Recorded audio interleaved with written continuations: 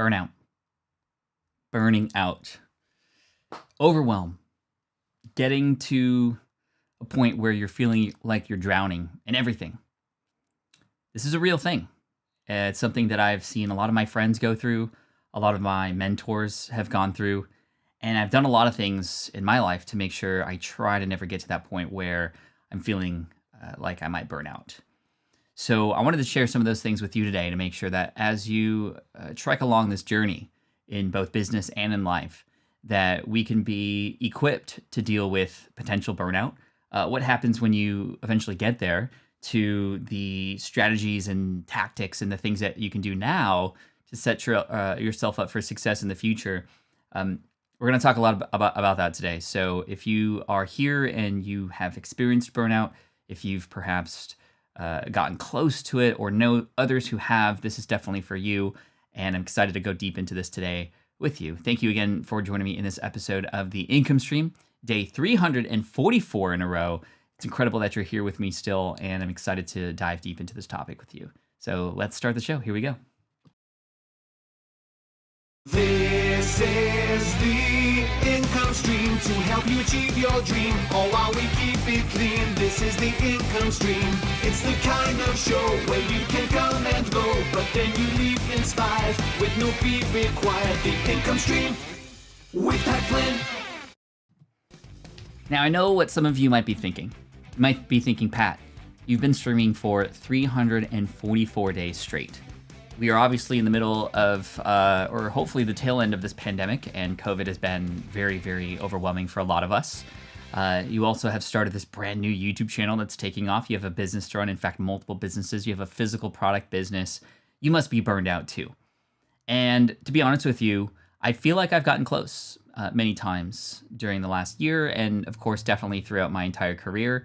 But thankfully, I have put a lot of things into place so I can manage the energy level, so I can manage the direction. And this is something that is very close to me because I've seen a lot of close friends of mine experience burnout.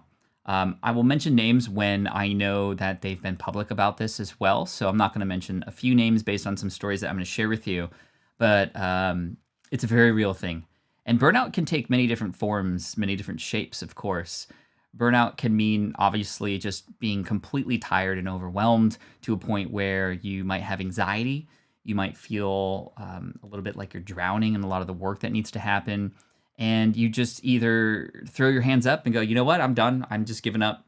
I've gotten close to that point before.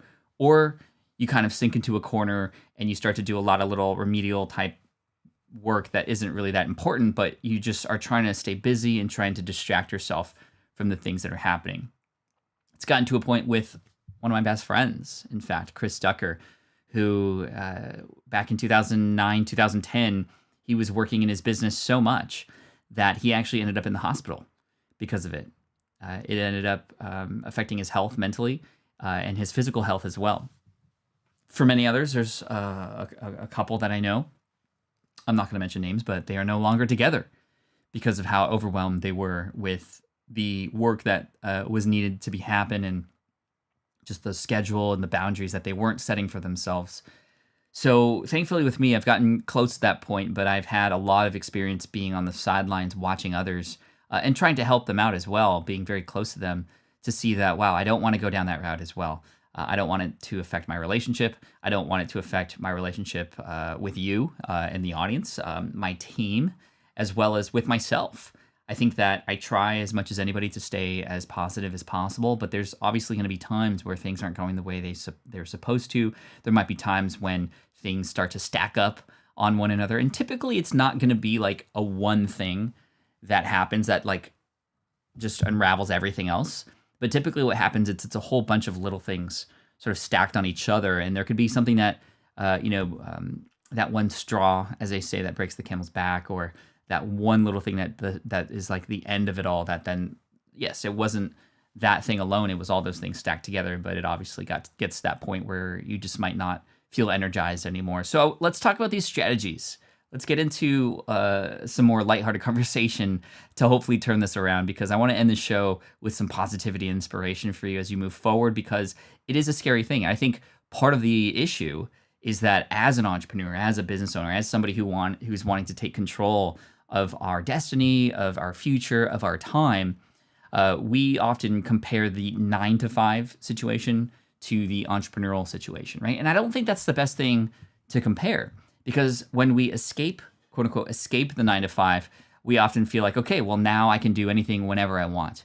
And unfortunately, if you take that approach of doing anything whenever you want, without purpose, without intention, without boundaries and restrictions, then you could become overwhelmed. So one of the first things that I made sure to implement was a time boundary or time constraints within my work. And that's very important, because as entrepreneurs, especially those of us who work from home, I mean, let me know, chat, give me a me in the chat if you can agree to this or you relate to this. Just the fact that you're at home and it might be, the end of the night, you can always go back and answer more emails. You can always continue working on that project. You can always continue hunkering down and moving forward in your business, even though it's likely outside of the times you would have normally done it if you were working a 9 to 5. At Reef, thank you so much for the super chat, my friend. I appreciate you for that support today. I know that this is something that I have a big struggle with, because I'm, in many cases, a workaholic. I am, in many cases, somebody who always feels like I can always add more brushstrokes to that painting, right? Like if you're drawing something or if you're painting something, how does a person know when to actually put that brushstroke down? And actually, one of the things that I found that helps me, both not in terms of just overwhelm, but also in terms of productivity, is actually putting time boundaries around the things that I'm doing. So by having a certain time of the day, by time blocking, or having certain days of the week where I'm only allowing myself to do those things, number one, it creates those boundaries so that I'm not putting that work outside of those times. But number two, it also pressures me in a way where I can know that that's all the time I have. So I'm going to make sure I'm intentional with the work that I do. I'm going to make sure that I'm not messing around anymore, but I'm actually coming into this work time in this space and this constraint with positive intention. And that's been really helpful. It's been really helpful for also, in this thing about 9 to 5, it's like the beauty of the 9 to 5 situation is the fact that at 5 o'clock, you can mentally check out. It's hard to check out if you're an entrepreneur, because you're always mentally thinking about these things. You're probably an entrepreneur because that's all you thought about all the time at some point in time. I remember when I started getting the entrepreneurial itch, in my sleep, I would think about it. I would eat, breathe, and sleep ideas and what ifs and, research and all this kind of stuff. At Reeve says, burnout exists because we've made rest a reward rather than a right, says Juliet C. Obodo. Thank you for that quote, at Reef. It is really scary. But rest shouldn't be a reward. I think that also part of it, at least in the US, I don't know how it is on the other side of the world, but I would imagine it's similar. But we've sort of built this culture on you are successful based on the amount of work that you do. You are successful based on the accolades and the amount of subscribers, the amount of hours, right? It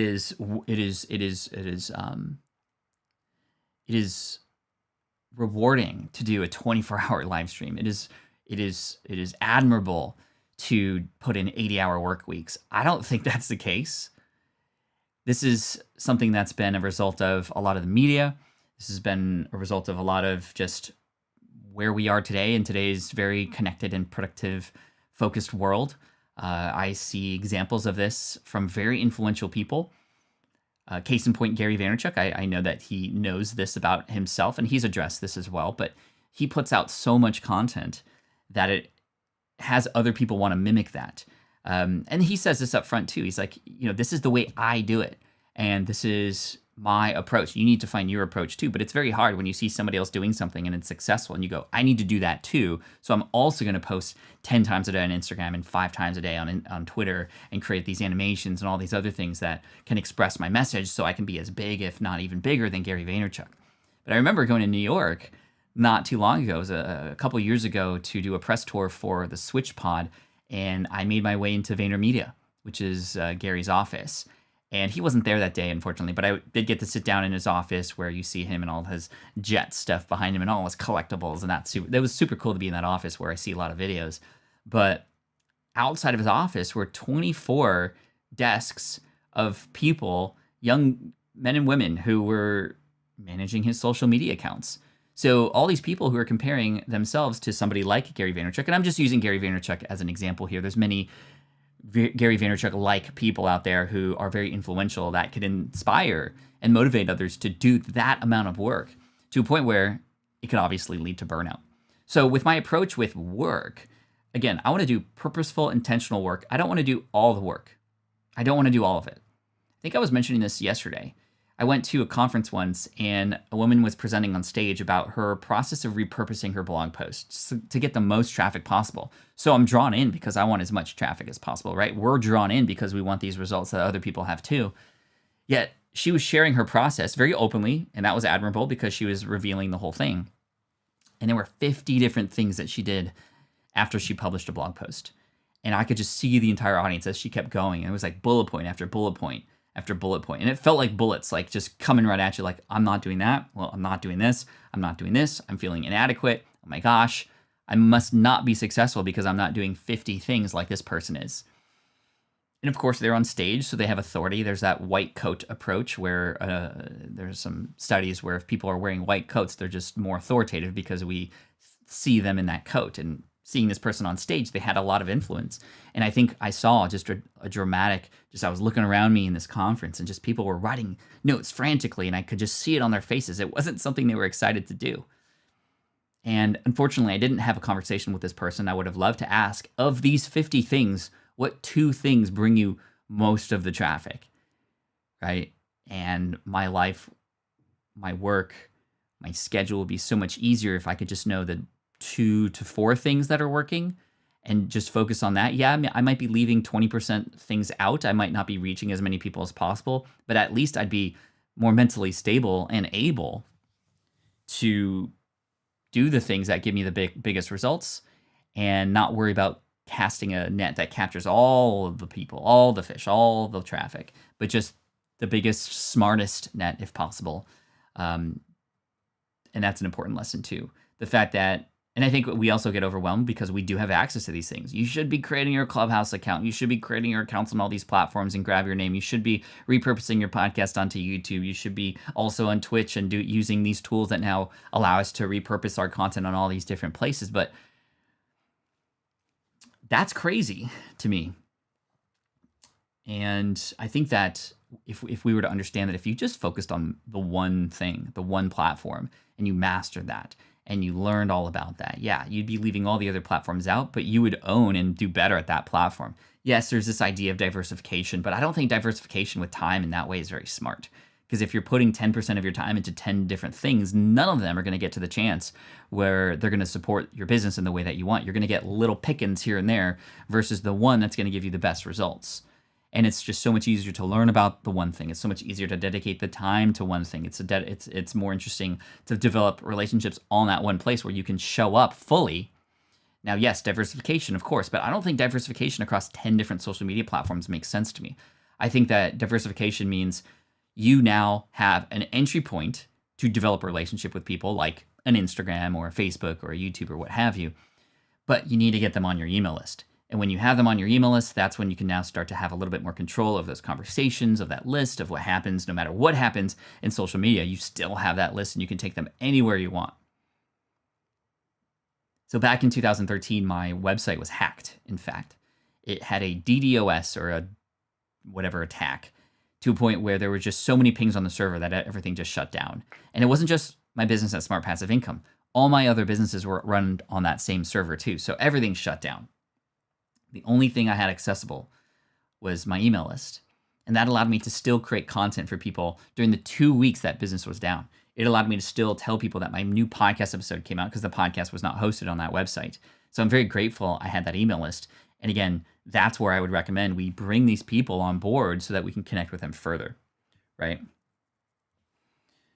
So I'm so sorry I haven't been available in the chat here, but I feel like I've just been very, I just wanted to bring these things to light here and also offer from my perspective, somebody who's been doing this for a while, of what it's been like to be close to burnout, to be on the sidelines of watching other people who have gone through burnout.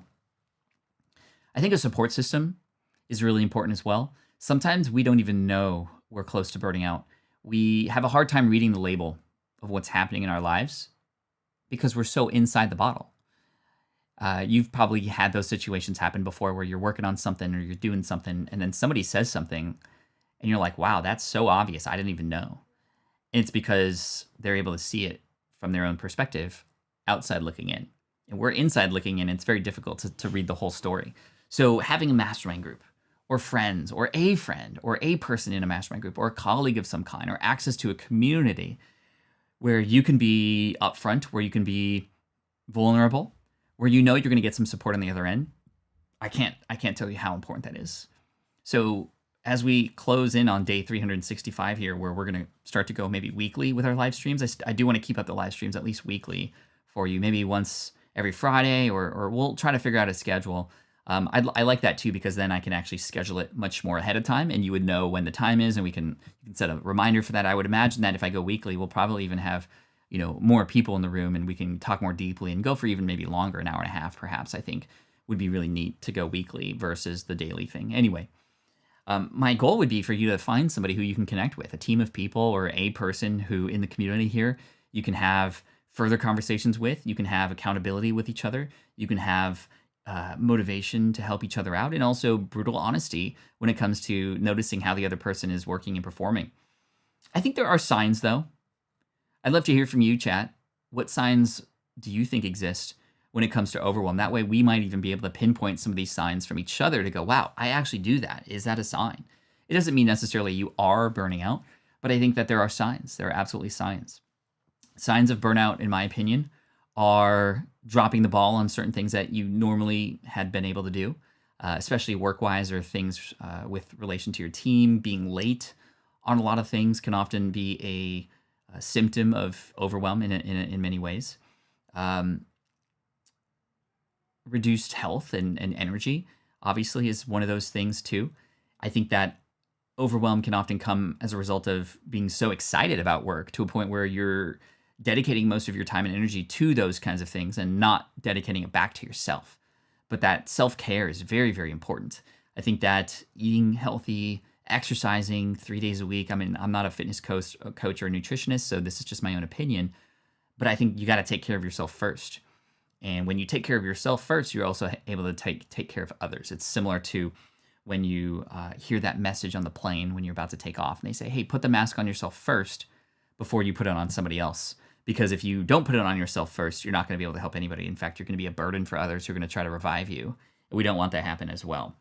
Karen says, for me, it's not sleeping and avoiding the desk where all the work is. So a little bit of procrastination, less sleep for sure. I think another symptom related to that is like when you get to the desk, you're doing and starting those little things that make you feel like you're making progress. But then what happens is you're prolonging that procrastination into the point where you need to then get that thing done that you know you needed to get done. It also starts to just feel a little bit more overwhelming because you're that much closer to a potential deadline because you've tried to make yourself feel better for the short term, but it would be great if we could actually move forward on the things that actually matter.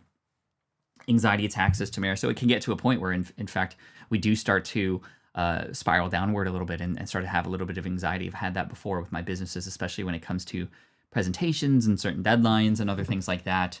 I've had anxiety attacks in the earlier days. And by early, I mean like even 4 or 5 years within the start of my business. I mean, I'm 13 years in now, which is pretty cool. But even 4 or 5 years into my business, I would have anxiety attacks about the fact that could tomorrow be it? Could tomorrow be the day where I don't see any more sales? Maybe today's the last day where any success happens and I lose everything tomorrow. And that's obviously not a healthy way to think about it. And I think that what has helped me with regards to that, to remove some of that anxiety, is to get excited about who it is I might serve tomorrow, to get excited about the projects that I can unlock once I finish this existing product. Those are some of the things that I think about. Plus the idea that, I know I've helped people before to get to a point where you can consider the thank yous that you've gotten as proof that you can do this as your sort of recipe for moving forward is really key. Ligia says, I went through burnout. I left a 20-plus career job I loved, but it was impacting my health. Thank you for sharing that, Ligia. Dr. Severin Bryan says, yes, doing all the little things instead of the one big item. True, that's me. Mine is taking one project and working until it is done. It's a good feeling to complete something.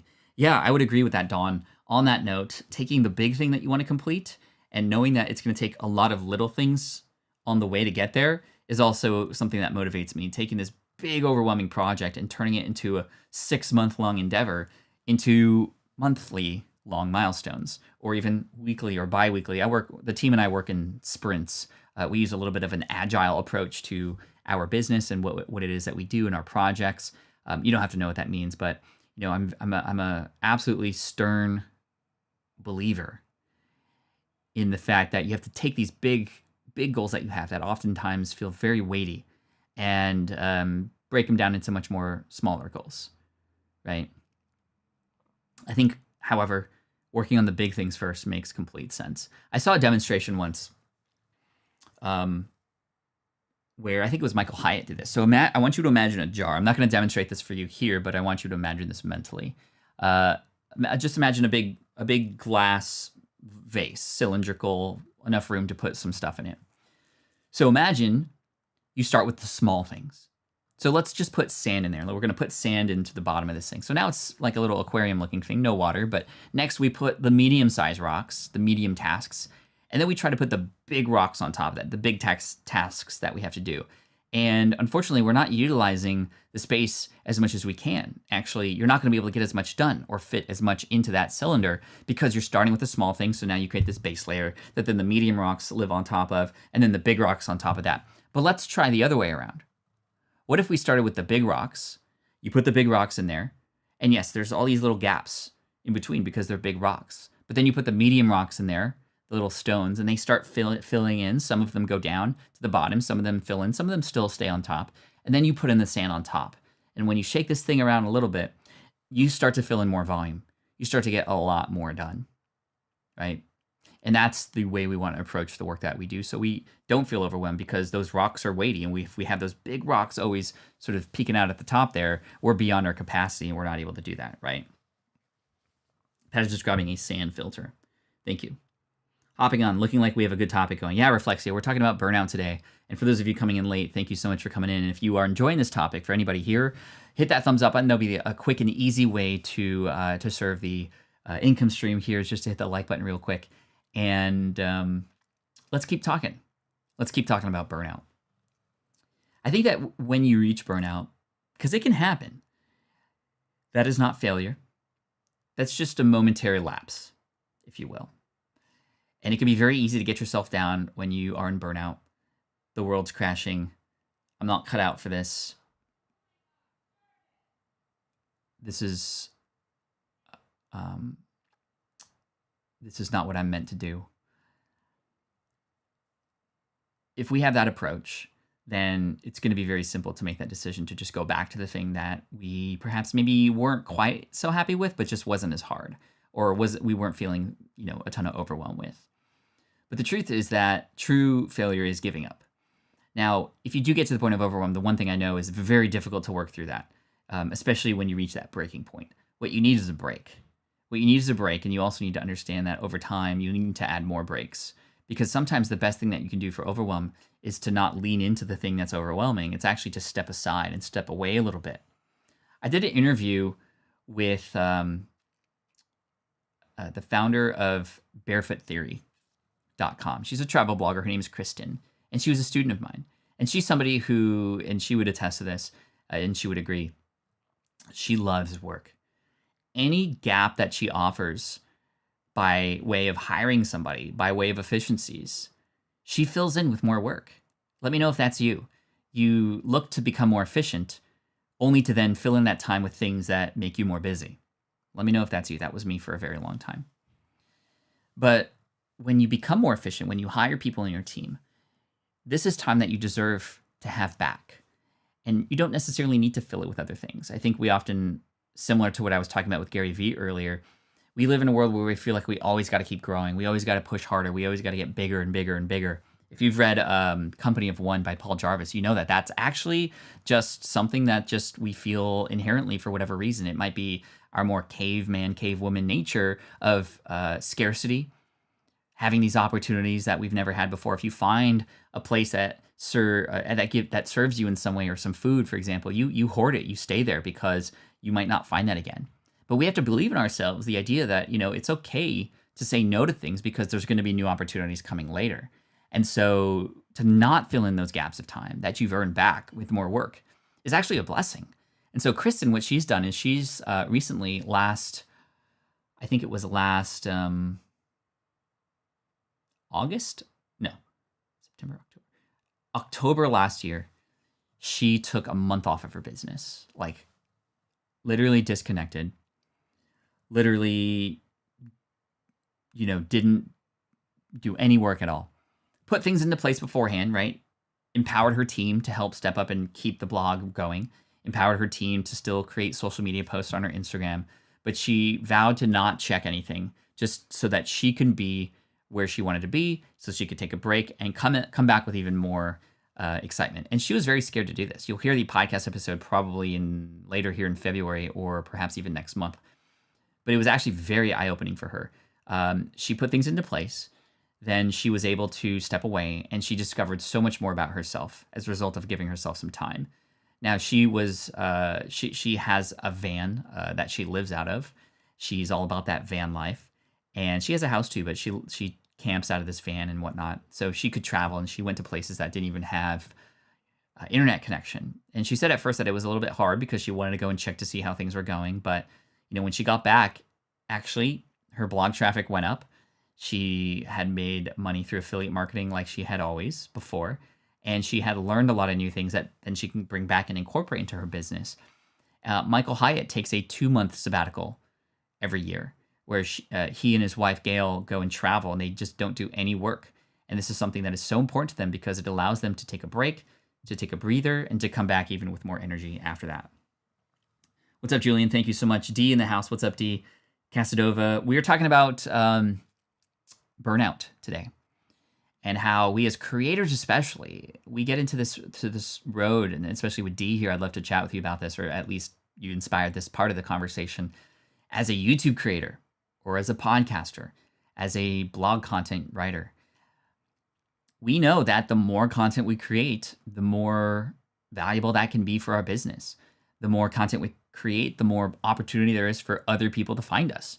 So we often get into this hamster wheel where we have to feel like we have to create more, and we have to create more, and we have to create more.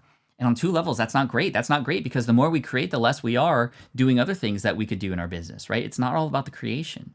It's all about the marketing and the honing in on your skills, the further education, the building of relationships. All those kinds of things are important too.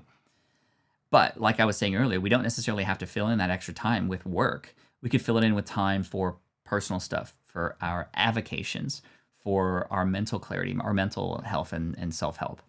And so as content creators, it can be very difficult because we often feel at the whims of algorithms. We often feel at the whims of, and almost a slave to the fact that if we stop creating content, we are not going to get as much reach. I know this is very, very a real thing on platforms like TikTok, where it is about multiple days, consistency, getting more views out there. You got to realize that these things, YouTube, TikTok, Instagram, they are built for a specific purpose, and they're not to help our mental health. They can be used to help our mental health, but they're built specifically to make money for Instagram or to make money for YouTube. And there are certain things in place. If you've read the book Hooked by Nir Eyal, or if you've watched the story The Social Dilemma on Netflix, or the documentary, you'll realize that we are just cogs in this game that everybody's playing. And when we can zoom out of that, when we can unplug from the matrix, if you will, every once in a while, you start to begin to realize that you actually have more control than you think. You just have to be conscious about these things. This is why learning the language of everything is really important. When it comes to content creation, I think that we do have to balance the idea of, well, maybe I'm just not going to get as much people to come as I could have if I were to actually, create more content, but the people who do come across me, I want to affect them in some way, which is why when it comes to creating content, it's not just about the quantity, it's about the quality, and specifically about how you are setting these videos up for success, especially on YouTube, but even for podcasting. How are we hooking people in? How are we getting people to actually pay attention to the thumbnail and to the title to get so enticed that they want to click over? I would much rather focus more deeply on fewer videos, but nailing the language, nailing those videos to a point where more and more people will come as a result of that versus just because I'm just churning and burning, right? You churn out a lot, you might burn out a lot. I just made that up. I kind of like that, right? So I think of creators who are doing this right. I'm on the lines of thinking like, okay, Mark Rober, he comes out with one video per month. So you talk about all these people who go, oh, you need to create content every single day. You need to keep up with the algorithm. Do you though? Or can you create some really compelling stories and go more deeply into the thumbnail and the title situation? I know Mark talks about and thinks about those things. He spends a lot of time on those things for sure, but he only comes out with one video per month. Mr. Beast, one video per week, but they tell a great story. They make it so fun and exciting to watch videos. And even if you're teaching, you can still make it fun and exciting too. So don't tell me that you have to create content every single day to succeed. And this is why there's a balance required. Because I want to take advantage of the fact that, yes, if you do create more content, awesome. If Mark were to come out with 2 videos per month, I mean, his channel would be doing even better. But would it?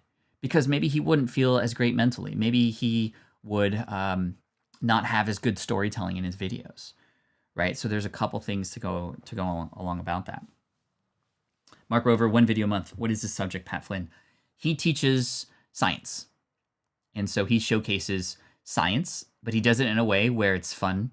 He's the glitter package bomb explosion guy who was trying to defeat thieves who would steal packages. So he created a package that looked like a gift that people stole from his front yard and many other people's front yards, that when opened, it would spray glitter everywhere. It was a safe way to sort of, get back at those people. His more recent video was about the Mars rover that just landed, Perseverance. He's made videos about creating a dartboard that when you throw the dart, it doesn't matter how you throw it, it's always going to be a bullseye. So the dartboard actually uses science to calculate where the dartboard actually moves to so that you can actually get a bullseye every single time, which is pretty cool. Productimity, that's a cool name. I stopped forcing myself to work on my channel and quit the YouTube addiction 2 days ago. Since then, I felt free and really enjoy life. Best decision of the year for me. Congratulations, Productivity. That's really great. Sometimes it's hard because you got to rip off the Band-Aid or you're going against the grain sometimes. But the truth is, if you aren't mentally positive, if you are feeling overwhelmed, you are not helping anybody. You're not helping yourself. You're not helping anybody. And it comes across in your messaging, in your videos, etc. So one thing that I've noticed is that oftentimes, like I said earlier, we don't understand that we might be heading down this path, which is why it's very important to connect with other people.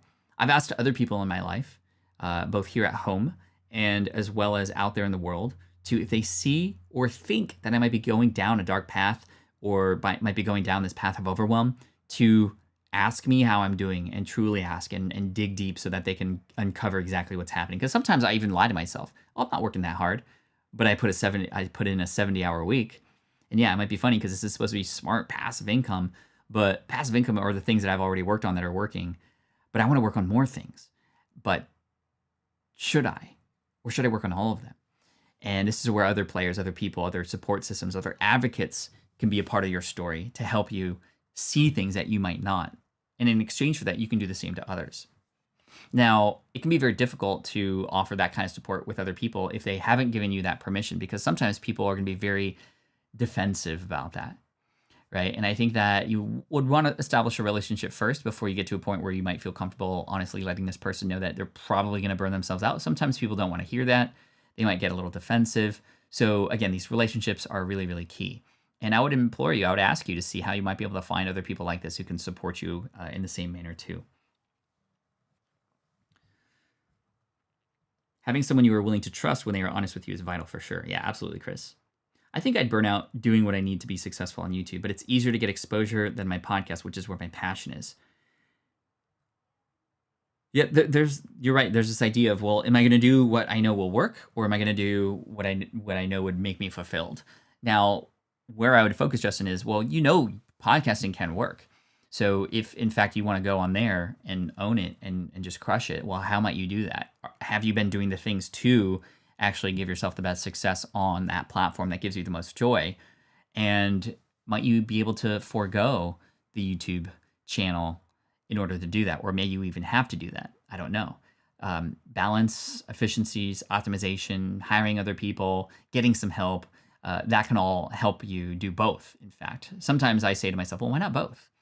And if I consider the future and if I make a decision to do both of something, again, this is just very non-specific, I often try to consider, okay, how will this affect me and my energy? How will this affect me in my other relationships? How will this affect me and the other things that I've once said yes to? Right? That's the other thing about overwhelm, is that oftentimes it is a result of us saying yes to every single opportunity. I would rather we start to try to transition from saying yes more to saying no more. It's so empowering to say no more. And I know it might be hard to do that. It's especially hard when you have other people who are friends and colleagues in your life who you want to help, who are asking for help. But the truth is, if you get overwhelmed, you're helping nobody. And for that and that reason alone, you have to say no many, many times, more than you might think. Do what you love, but don't overdo it. For me, it's easy to burn out because I'm a one-man show, and most of the time, and don't have anyone else around, it gets lonely. It does get lonely. It does get lonely for sure. I've seen a lot of people burn out because they're just not actively trying to connect with other people, which is, again, a strategy that I would recommend we do for sure. Bill says, I was getting burned out, and then I found you. First person that is willing to see us as we are. Thank you, Bill. I appreciate you for that. That means a lot. Shonda says, oh, I got the Instant Pot with the air fryer built in. My hubby encourages me to get kitchen gadgets he likes to eat. That's a good thing, too. No, in fact, is a very important word. That's right, Ozzy. I would see and encourage you to say no more than yes, especially when it comes to all the things that you could do. And to my point earlier about that person who was on stage talking about the 50 things they did after publishing a blog post, wouldn't it make sense, logically, to just do fewer of those things better than to try to do all the things? And in your business, in your life, you might have this huge list of things that you need to do. But what if you only did a few of them, but did them very well and didn't care about the other things, or didn't worry, excuse me. I don't think not caring is the right phrasing, but not worrying about them. To not have regret about that. That's a big thing that I think is really important. The idea that no matter what choice you make, you need to not have regret, because that would sort of lend itself to this idea of opting into something and also opting out of something.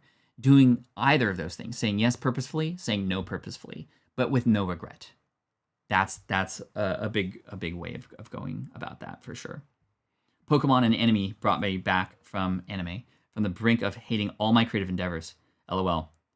That's great.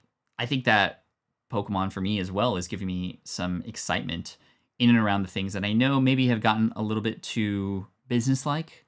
I absolutely love Smart Passive Income and everything I do there. I am in love with the team. I'm in love with the work that I do. But it was feeling very monotonous, if you will, for a while. Maybe it's because of COVID too. I think COVID definitely had a lot to do with it. But finding this other passion that I have with the Pokemon, and then using a lot of the skills that I've learned here into that space, and to see what it's doing to help other people, is making me feel really good. It's reigniting me. And guess what? That energy that I get from there, much like I'm sure with you, Derek, the energy that you get from getting into that hobby and being passionate about that, allows you to even be more creative on the other side, right? So those two things can absolutely play with each other. Remember that no is a complete sentence. That's right. Or no thank you. You might want to be polite if somebody's asking you to do something, right? You know, inspiration, Pat. Thank you. And again, I said I was going to get back to your email. It's going to be later in the week, Peasant Uprising, but thank you. Chris says, the burnout I've been experiencing has been the nonstop feeling of being a fish out of water. My work past does not line up with my future goals. Huge disconnect. Where it comes to your past, I think our past has a lot to do with what happens in the future, obviously, because of who we've become, because of what we've been conditioned to learn about the world and business and things. I think it's really important to, however, also look at your past and go, well, what parts of it did you really enjoy? What parts of it actually were great? Where did you show up, and where did it make you happy? This is something I talk about in my book, Will It Fly? We do something like an exercise in the beginning of the book called the history test, where you go back to your 3 most previous jobs. In fact, this might be a fun thing. Tell me what your most previous job was before what it is you're doing now. What was your last job before that? Many of you know mine. I was an architect, but I'd love to know a little bit more about you.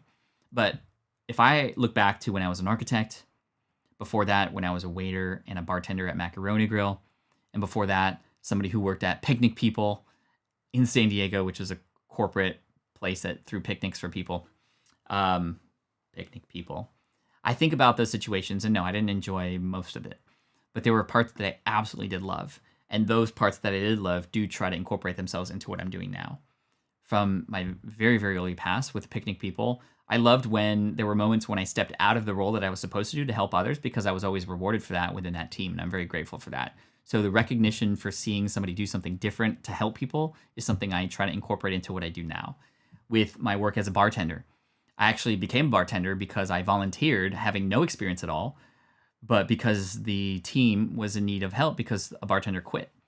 And I worked really, really hard in a really short period of time to learn everything I could about bartending and how to mix drinks and all that stuff, that I was able to actually become somebody who could support the team in a very short period of time to learn. So that showed me that I could learn something very, very quickly and help others. So case in point, the Pokemon channel. I knew nothing about Pokemon 8 months ago.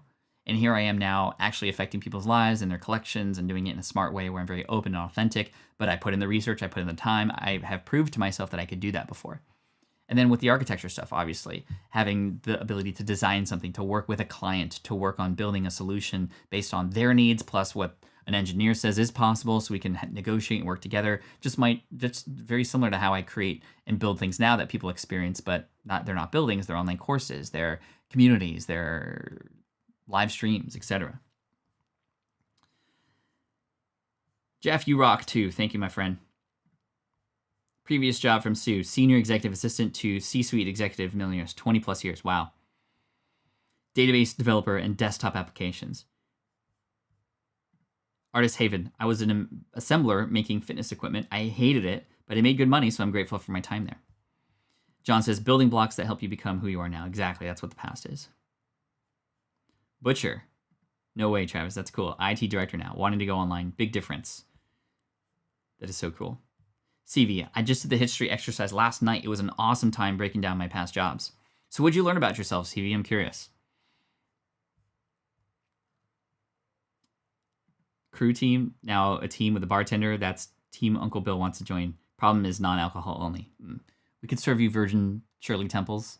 We can serve you virgin Bellinis. It's all good. We don't need to have alcohol in there.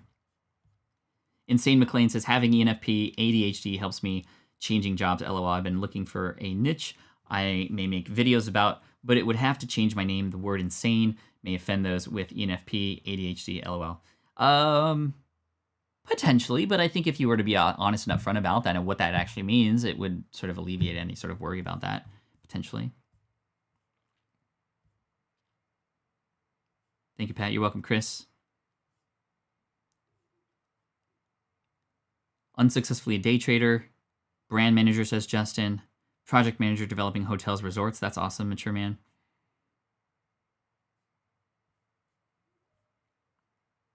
King Cool Derek says, it's gotten my energy flowing so I could write better. That's awesome.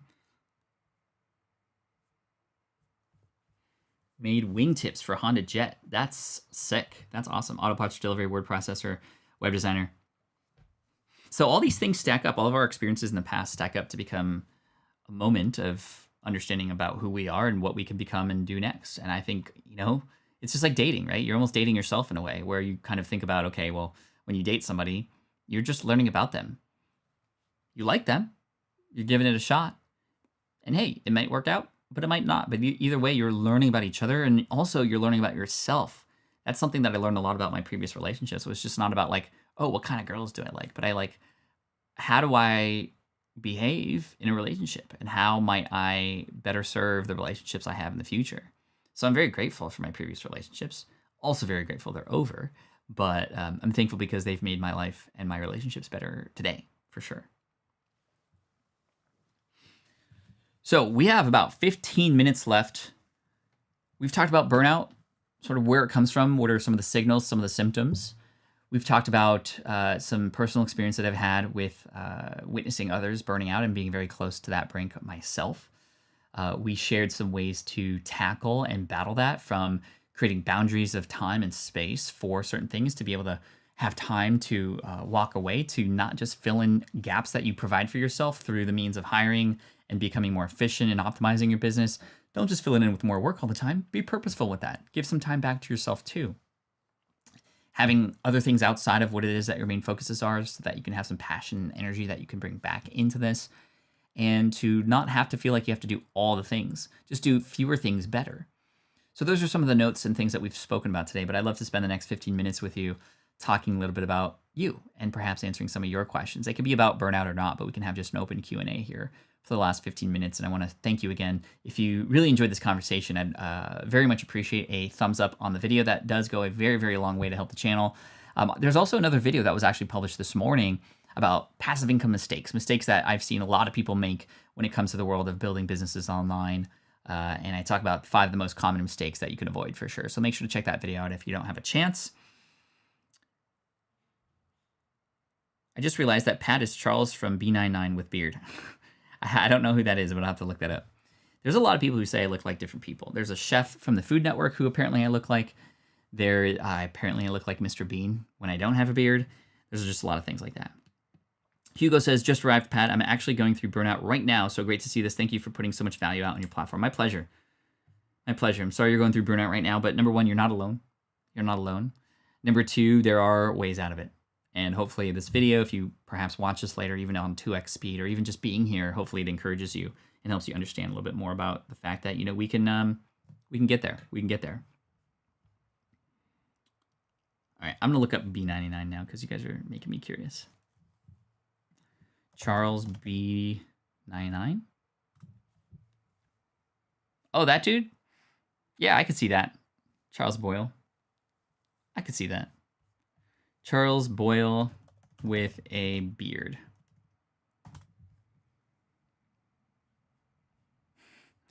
You think? Maybe? I don't know. I don't know. What do you think?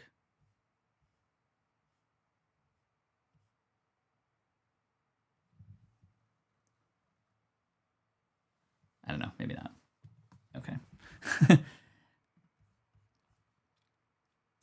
The burnout is real, says Hey Archer. You have to keep going. Abs make it fun. And make it fun? Or you mean like do sit-ups and crunches and stuff? Oh man, just saw Daft Punk broke up, but they made a cool video about it, so I guess it's cool. Yeah, love their music, for sure. Let's see. Grandma Goody says, have you and your family seen Finding Ohana on Netflix yet? We thought of you and think your kids meant like, yeah, we absolutely loved it. Actually, we all loved it. It's the Goonies set in Hawaii in modern day. How could you not love that? So yeah, definitely for sure.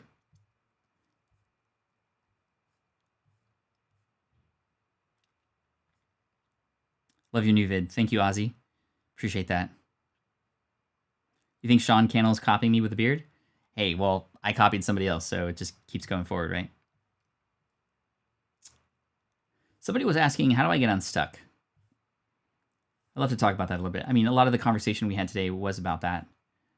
But I think, number 1, just realizing that feeling like you're stuck is a very common thing. And I think that understanding that this is just a part of the process of continually growing.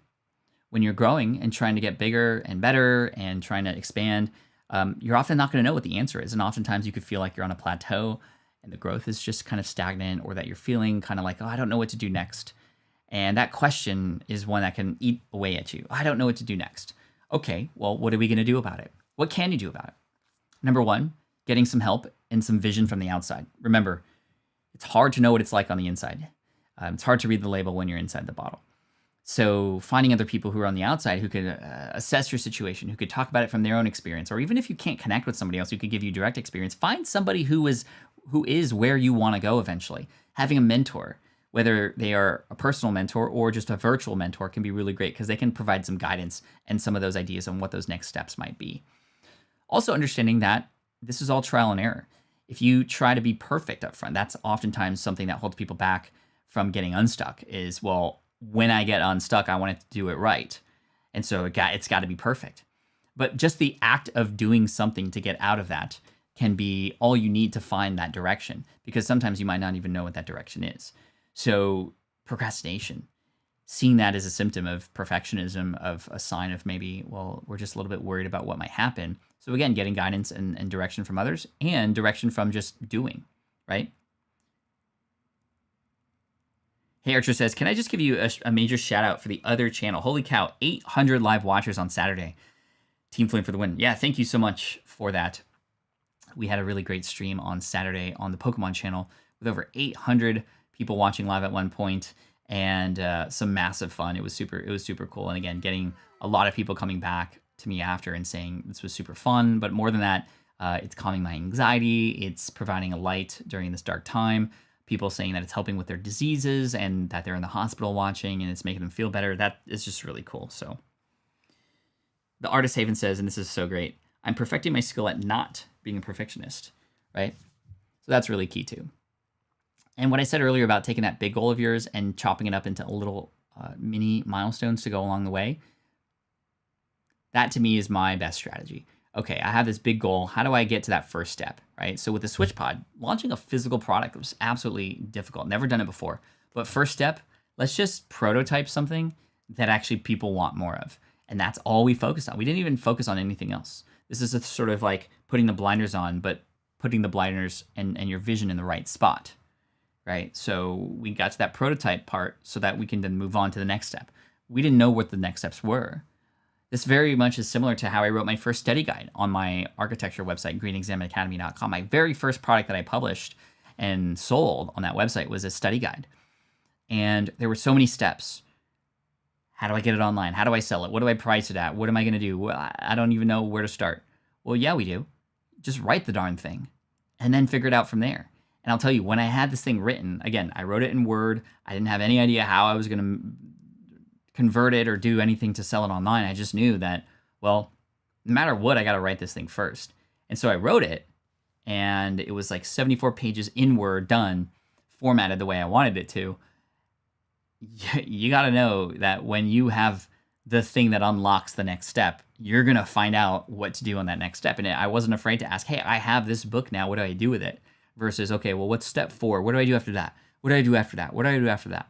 No. It was just like move on to the next step.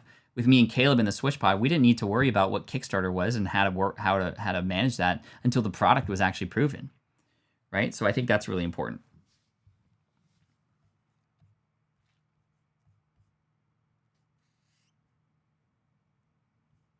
Ooh, did he just say calming anxiety? I did.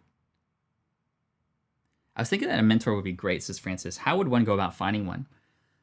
Well, there are many different ways to find one. Number one, seeing who is it out there that's in the space that you're in or who is actually coaching people and just getting involved in, like, I wouldn't make a snap decision to find a coach tomorrow. I would make a snap decision to go and seek somebody who is at a place where you want to be. And it might take some finding, it might take some research, it might take some getting involved in communities just to get a feel for how this person has helped others. But that'll give you some good insight on who it is that you might be able to want to be served from. Number two, they might have their own programs that you could be a part of to get a little bit more connected with them, or opportunities to speak with them, like in live situations like this, or to communicate with them in other means. Or it might even get to a point where you just know that that's the person that you want to follow, and then you just follow them and you absorb everything you can about them, but then you also take action and support them as well. And I think part of mentorship is trying to support the mentor, because when you do that, they'll want to support you back even further. And that's always been something very rewarding for me on both sides. Master Blaster says, what's wrong? What's wrong is only what we choose to make wrong. Because I think no matter what happens, even if we experience burnout, we're able to turn it into a positive. And so if you're just coming in today and you saw the thumbnail and you are hearing about this topic and it's a very short-handed title, which obviously says a lot, I'm not burning out. I've gotten close. I'm seeing some friends get close to burnout. So in a way, this is for them. But I've experienced other people in my life who've experienced tremendous amounts of burnout to a point where they stop working, they start being a husband and a father, they stop focusing on their mental health and their physical health, and that's not good. So this is more of a way for me to bring a warning and just awareness, if you will, to the topic, because sometimes many people don't experience or know they're in burnout until they're already there.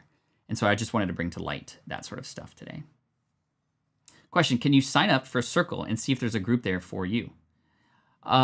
Circle is not necessarily a marketplace. They actually encourage people to white label their software. So I would find communities, and wherever those communities exist, you can find communities there. The Circle does have a little bit of a directory if you wanted to check it out, but I don't think you even need to sign up to see that. But even Facebook groups, LinkedIn groups, Google searches for forums can provide some really good information as far as where you can go. Kathy says, PUP, or Power Up Podcasting, is providing me and helping me with burnout. I'm excited to get my podcast running. I'm so excited for you too, Kathy.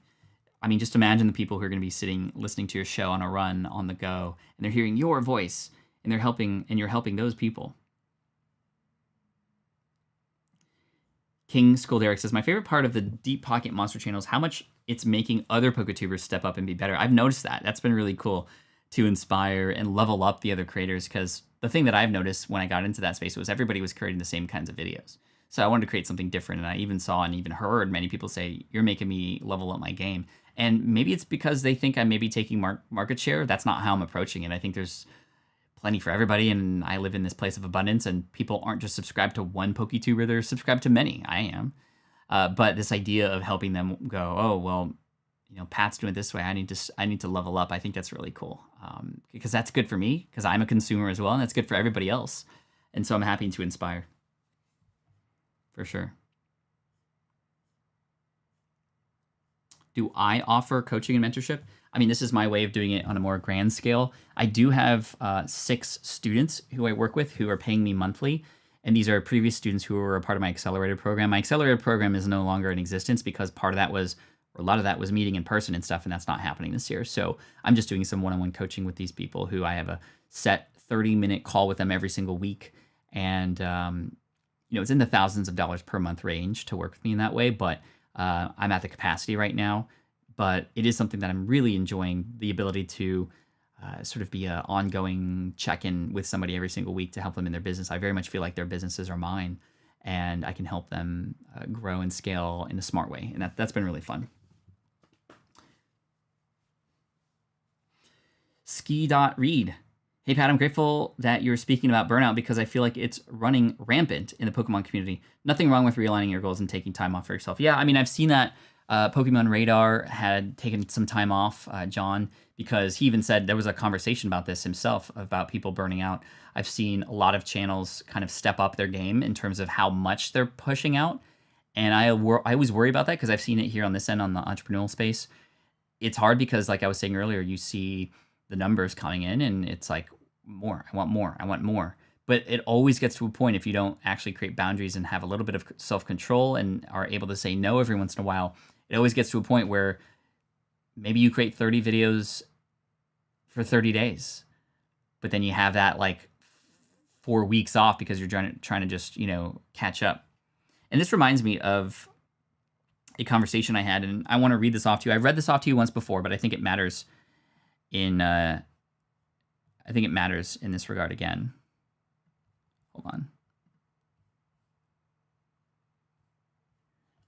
So let me see if I can find this conversation. I'm going to read this off to you. It's called the 20-mile march. Let me know if you remember this. This is always a good reminder. 20-mile march. I'm going to read this off to you.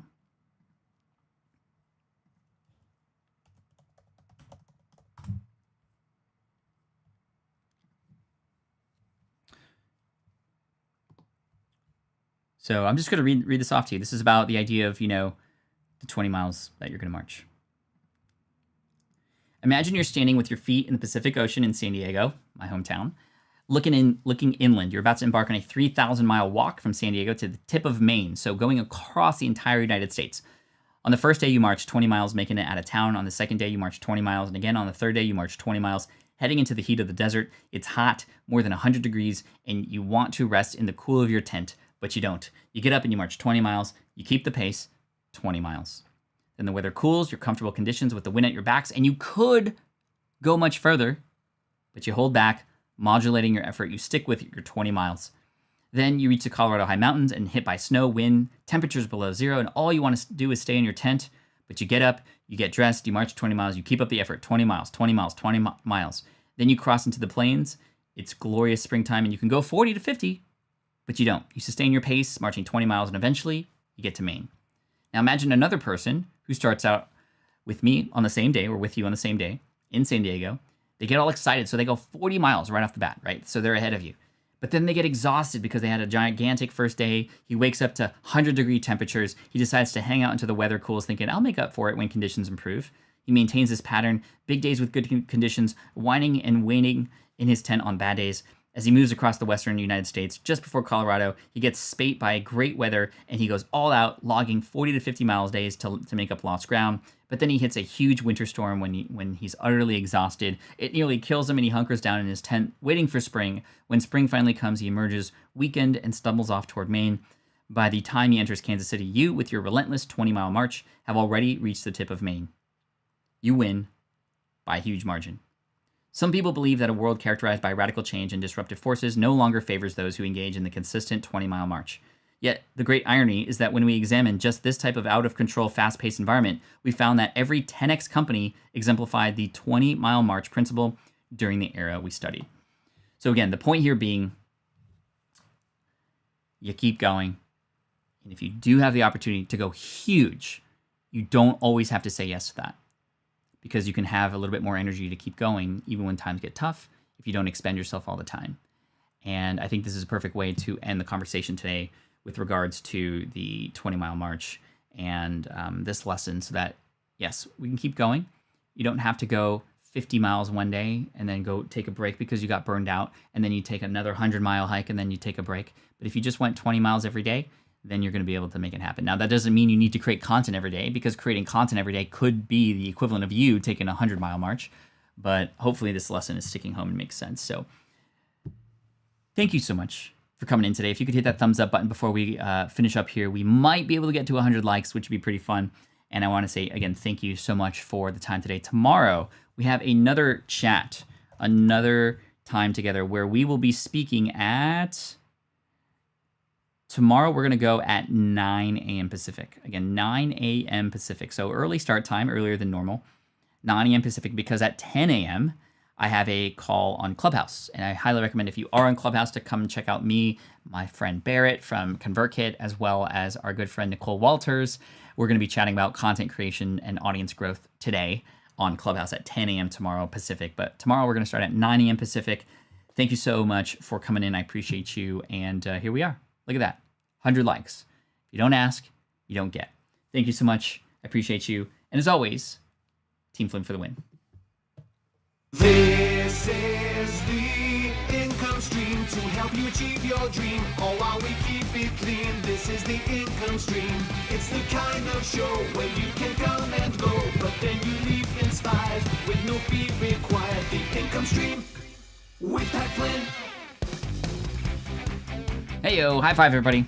Well done today. We talked about a really deep topic, and hopefully this is helpful. Helps you understand you're not alone. Helps you understand ways to go around it. Helps you understand that you should just keep going, but don't burn yourself out. You need to give yourself space too. So anyway, take care. Thanks so much. Share this with your friends if you need to. And I'll see you tomorrow, 9 a.m. Pacific, noon Eastern. Peace out, everybody.